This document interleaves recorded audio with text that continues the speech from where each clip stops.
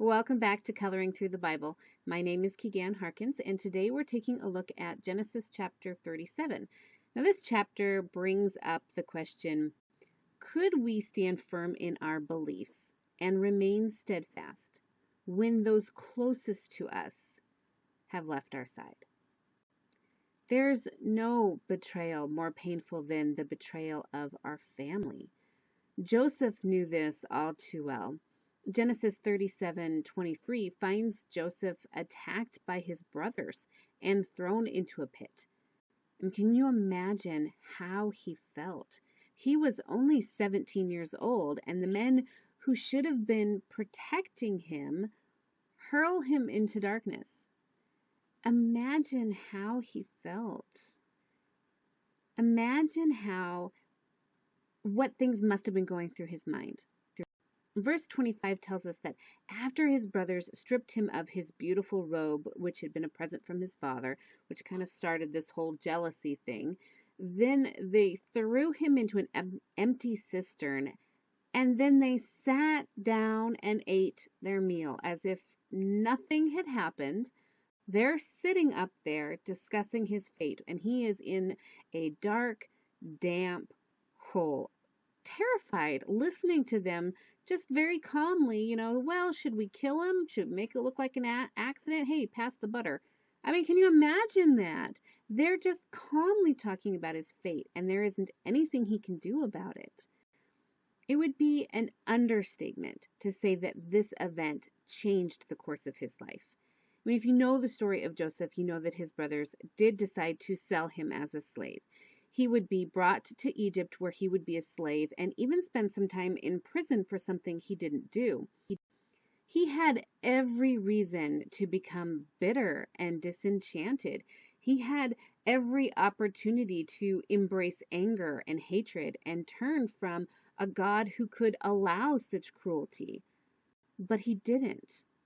Joseph's life was characterized by honor, forgiveness, integrity, unwavering faith in God.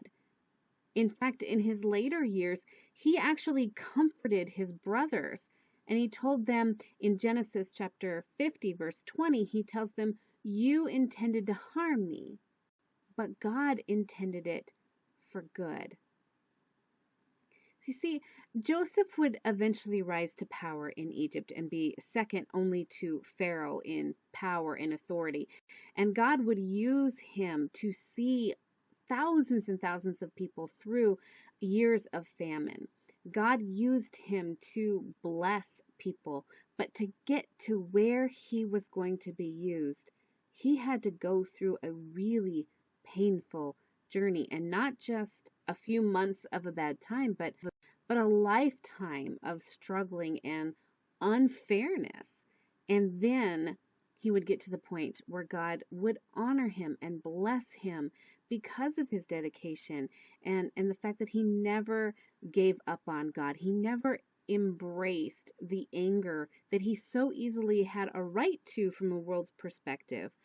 But he understood, if I'm going through this, my God is never going to leave me. So I may be going through something that's really harsh, but I know that there's a purpose.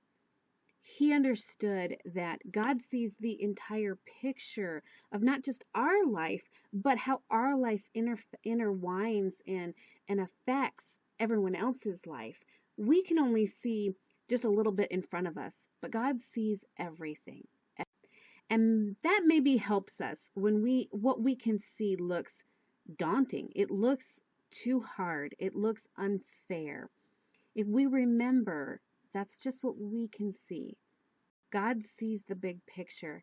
And even if everybody has abandoned us, even if the people who should be by our side have turned away from us, if we still are holding on to God, if we are still holding on to that faith and we have not turned our back on God, then we can hold fast.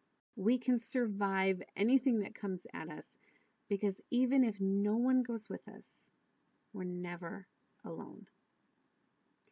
I hope you've been encouraged by the story of Joseph today.